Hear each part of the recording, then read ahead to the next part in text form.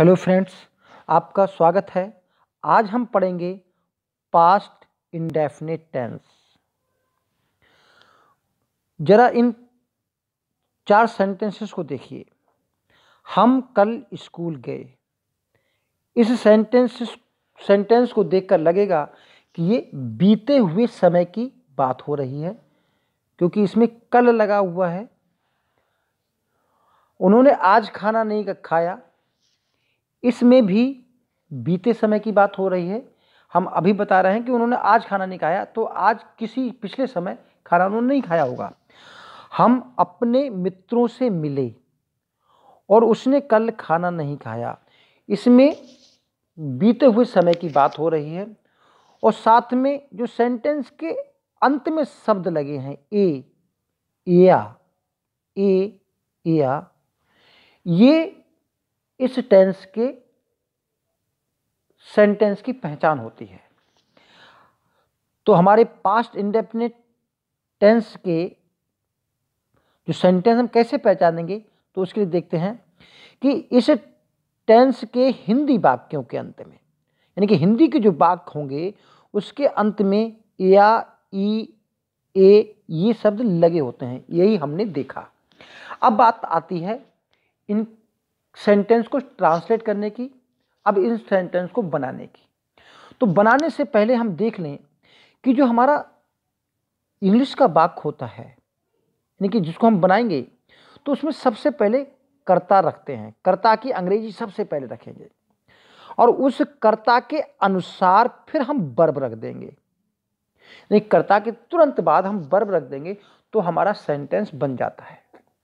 Object की जरूरत होगी, यानी कि वर्ब के बाद ऑब्जेक्ट लगा होगा, यानी कि उस सेंटेंस में ऑब्जेक्ट है तो रखेंगे, वरना नहीं।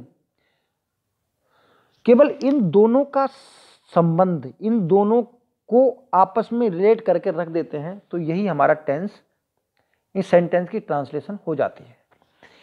तो सबसे पहले क्या करेंगे, जब भी हम ट्रांसलेट करेंगे तो सबसे पहले सब्जेक्ट रखेंगे, सब्जेक्ट की अंग्रेजी रखेंगे, उसके बाद उसी के अनुसार उस टेंस की वर्ब रख देंगे। अब प्रॉब्लम आती है कि हम सेंटेंस में सब्जेक्ट कैसे पहचाने, कर्ता कैसे पहचाने। तो कर्ता की पहचान के लिए, इस सब्जेक्ट की पहचान के लिए 2 बातें होती हैं। पहली बात, जिसके बारे में बात की जाती है, जिसके बारे में हम बात करते हैं, वो कर्ता होता है। समझ गए? जिसके बारे में बात की जाती है वो क्या होता है, कर्ता होता है। अच्छा, और जो वाक्य में काम करने वाला होता है, कौन होता है, काम करने वाला, तो वो कौन होता है, वो भी कर्ता होता है। ये 2 तरह से हमने कर्ता की पहचान कर ली। अब हम नीचे उदाहरण देखते हैं। नंदी एक ईमानदार नेता है।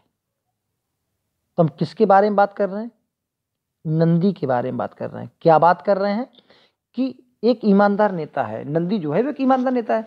तो हमने यहां पर नंदी के बारे में बात की, तो नंदी क्या हो गया, नंदी कर्ता हो गया। नंदी क्या हो गया, नंदी कर्ता हो गया। दूसरी बात, सीता ने आज खाना बनाया, तो काम करने वाला कौन है, काम करने वाली सीता है। यानी कि सीता कौन हो गई, सीता जो है वो कर्ता हो गई। तो कर्ता पहचान लिया वाक्य में। अब कर्ता के अनुसार हम क्रिया रखेंगे। तो ये वाले हम पढ़ रहे हैं पास्ट इंडेफिनिट टेंस। तो आपने पास्ट इंडेफिनिट टेंस का वाक्य पहचान लिया, उसके बाद उसमें से आपने कर्ता छांट लिया। अब आपको क्या करना है, कर्ता के बाद क्या करना है, कर्ता के बाद क्रिया रखनी है। भाई कर्ता के बाद क्रिया ही तो रखनी है, तो इस टेंस में क्रिया की सेकंड फॉर्म रख दीजिए, अपने आप बन जाएगा। तो हम कुछ देखते हैं। देखिए क्या है, हम बात करते हैं अफर्मेटिव सेंटेंस की। सबसे पहले बात करेंगे अफर्मेटिव सेंटेंस की। अफर्मेटिव सेंटेंस का मतलब होता है जिसमें नॉट नहीं लगा होता है, कथन वाला वाक्य होता है, जिसमें वाक्य का काम का होना पाया जाता है। तो देखिए, आपने वर्ब पढ़ी होंगी। जब आपने वर्ब पढ़ी होंगी तो उसमें वर्ब की फॉर्म भी पढ़ी होंगी। देखिए, यह है फर्स्ट फॉर्म, ये इसका अर्थ है, ये सेकंड फॉर्म है और ये थर्ड फॉर्म है। पहली वर्ब है कम। कम का अर्थ होता है आना, और ये है इसकी सेकंड फॉर्म केम। क्लियर? अब देखिए, आपने हर वर्ब की सेकंड फॉर्म पढ़ी, सेकंड फॉर्म पढ़ी आपने। इस सेकंड फॉर्म से पहले कोई भी सब्जेक्ट हो, यानी किसी भी सब्जेक्ट से के बाद ये सेकंड फॉर्म रख देते हैं। बहुत ध्यान सुनिए, किसी भी सब्जेक्ट के बाद ये सेकंड फॉर्म रख देते हैं तो वो आपका पास्ट इंडेफिनिट टेंस बन जाता है। तो कौन सा नियम हुआ? पास्ट इंडेफिनिट टेंस का जो अफर्मेटिव वाक्य होता है उसमें वर्ब की सेकंड फॉर्म रखी जाती है। क्लियर समझ गए होंगे? यानी कि कर्ता क्या करेंगे आप? कर्ता, ये जो कर्ता छांट लिया आपने, कर्ता छांट लिया और उसके बाद आप वर्ब की सेकंड फॉर्म रख दें, यानी पास्ट इंडेफिनिट क्या है? वर्ब की सेकंड फॉर्म रख दें, तो आपका क्या बन जाएगा? Past indefinite tense. जैसे हम कहें, यहां हमने राम रख दिया, राम केम, राम आया, राम बेंट, राम गया, राम रैन, राम दौड़ा, राम रोट, राम ने लिखा, राम रेड, राम ने पढ़ा, राम टॉट, राम ने पढ़ाया, राम बाउट, राम ने खरीदा, राम सोल्ड, राम ने बेचा। यही राम नहीं, कोई सा भी कर्ता ले लीजिए, आई ले लीजिए, आई। आई हमने क्या ले लिया? अब हमने कर्ता लिया आई, तो आई केम, मैं आया, आई बेंट, मैं गया, आई रैन, मैं दौड़ा, आई रोट, मैंने लिखा, आई रेड, मैंने पढ़ा, आई टॉट, मैंने पढ़ाया। समझ गए? अरे हम आई ना रखेंगे, हम कोई सा भी रख लेंगे, यू रख लेंगे, यू रख लीजिए। यू केम, तुम आए, यू वेंट, तुम गए, यू रैन, तुम दौड़े, यू रोट, तुमने लिखा, यू रीड, तुमने पढ़ा, यू टॉट, तुमने पढ़ाया, यू बॉट, तुमने खरीदा। समझ गए होंगे? अब देखिए, ये तो रही कर्ता के बाद तुरंत क्रिया रखना। अब क्या होता है, कभी कभी ऑब्जेक्ट भी होता है, तो ऑब्जेक्ट की मांग होगी तभी तो हम लिखेंगे। जैसे यहां बात करते हैं, यू रोट, तुमने लिखा, क्या लिखा? जो लिखा वो लिख देंगे अ लेटर।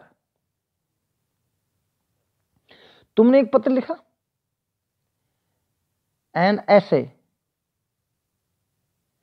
तुमने एक ऐसे लिखा, अ बुक, तुमने किताब लिखी। लेकिन जो मांग होगी उसको हम ऑब्जेक्ट कर देंगे, ऑब्जेक्ट लिख देंगे। तो कहने का अर्थ यह है, कर्ता के बाद अगर तुरंत वर्ब की सेकंड फॉर्म रख देते हैं तो आपका क्या बन जाता है? Past indefinite tense. उम्मीद कर रहे हैं समझ में आया होगा पास्ट इंडेफिनिट टेंस। ठीक, अब नीचे वाक्यों को देख लेते हैं। यानी कि सब जो रूल क्या हुआ? रूल ये हुआ कि सभी सब्जेक्ट के साथ वर्ब की सेकंड फॉर्म रख देना आपका क्या बन जाता है? Past indefinite tense. वह स्कूल गया, ही वेंट, सॉरी वह स्कूल गया, sorry he went to school. अच्छा, अगला बात है, हमने खाना खाया, वी एट फूड। उन्होंने किताब पढ़ी, दे रेड अ बुक। वे कल घर गए, दे वेंट होम यस्टरडे। समझ गए? बीते हुए कल के लिए, इस कल के लिए बीता हुआ कल होता है, इसके लिए हम यस्टरडे रखते हैं। तो समझ गए होंगे, ये हुआ अफर्मेटिव सेंटेंस। अब हम बात करते हैं इसके नेगेटिव सेंटेंस की। इसके नेगेटिव सेंटेंस की अगर हम बात करें तो देखिए, पास्ट इंडेफिनिट टेंस क्या होता है? वर्ब की सेकंड फॉर्म। क्या होता है? वर्ब की सेकंड फॉर्म। अब यहां पर क्या करते हैं, जिसमें वर्ब की सेकंड फॉर्म होती है तो पहली ही वर्ब अगर सेकंड हो जाती है तो दूसरी वर्ब सेकंड नहीं रहती। तो हमने क्या करते हैं, इसमें डिड नोट लगाते हैं, सभी के साथ डिड नोट लगाते हैं। जब डिड जो है डू की सेकंड फॉर्म है, डिड क्या है? ये सेकंड फॉर्म है डू की, तो हमने यही सेकंड फॉर्म लगा दी। अब हमारे पास दूसरी जो फॉर्म होगी, मेन वर्ब जो होगी, वो आपकी क्या होगी? अब सेकंड नहीं आएगी। अब क्या आएगा? जो डिड के साथ आएगी, डिड के साथ अगर आपने नोट लगाया है तो डिड सेकंड हो गई। इसके बाद प्लस में करेंगे वर्ब कौन सी? फर्स्ट। वर्ब फर्स्ट करेंगे अब, समझ गए। तो अब हम क्या करेंगे, वर्ब फर्स्ट। तो उन्होंने आम नहीं खाए, they did not eat mangoes. उसने खाना नहीं पकाया, तो क्या करेंगे, she did not cook food. अब हम डिड के साथ क्या है, वर्ब की फर्स्ट फॉर्म, ये डिड है और ये क्या है, वर्ब की फर्स्ट फॉर्म रखेंगे। क्लियर। तो ये तुरंत कर्ता की बात रखना है। लेकिन अब हम थर्ड सेंटेंस देखते हैं, हमने फुटबॉल कभी नहीं खेली। जब कभी नहीं की बात आती है तो ये नेवर जो है ये वर्ब नहीं है। नेवर क्या है, ये एडवर्ब है। ये क्या है, एडवर्ब, क्रिया विशेषण है। जब ये एडवर्ब है तो भाई वर्ब तो आई नहीं, तो पहली वर्ब तो सेकंड रहेगी, जैसा कि पास्ट इंडेफिनिट पढ़ा। तो वी नेवर प्लेड फुटबॉल, तो यहाँ पर वर्ब की सेकंड फॉर्म रहेगी। आप कहेंगे कि आपने नेगेटिव में बात की थी, वर्ब की फर्स्ट फॉर्म आएगी, ऐसा नहीं है, क्योंकि डिड जो है ये वर्ब की फर्स्ट फॉर्म है। यही कारण हम वर्ब की सेकंड फॉर्म है डिड। तो पहले जब सेकंड फॉर्म आ गई तो बाद में नहीं आती, एक ही फॉर्म आती है। तो यहाँ पर नेवर जो है वो एडवर्ब है, इसलिए यहाँ पर वर्ब की सेकंड फॉर्म प्लेड रहेगी। तो नेवर वाले के साथ वर्ब की सेकंड फॉर्म, यानी कि जैसे अफर्मेटिव बनता था उसी प्रकार बनेगा। हमने फुटबॉल कभी नहीं खेली, वी नेवर प्लेड फुटबॉल। क्या बना, वी नेवर प्लेड फुटबॉल। समझ गए, नेगेटिव बनाना सीखे। अब हम बात करते हैं इंटेरोगेटिव की। तो आप जानते हैं कि इंटेरोगेटिव सेंटेंस आपके दो प्रकार के होते हैं। एक क्या से शुरू होते हैं, तो देखिए क्या से शुरू होते हैं, तो देखिए इस टेंस की बात हो रही है, तो डिड के साथ जो है आपकी वर्ब की क्या रहेगी, वर्ब की फर्स्ट फॉर्म रहेगी। तो आप जानते हैं कि जब क्या वाले वाक हो, वर्ब की फर्स्ट फॉर्म रहेगी।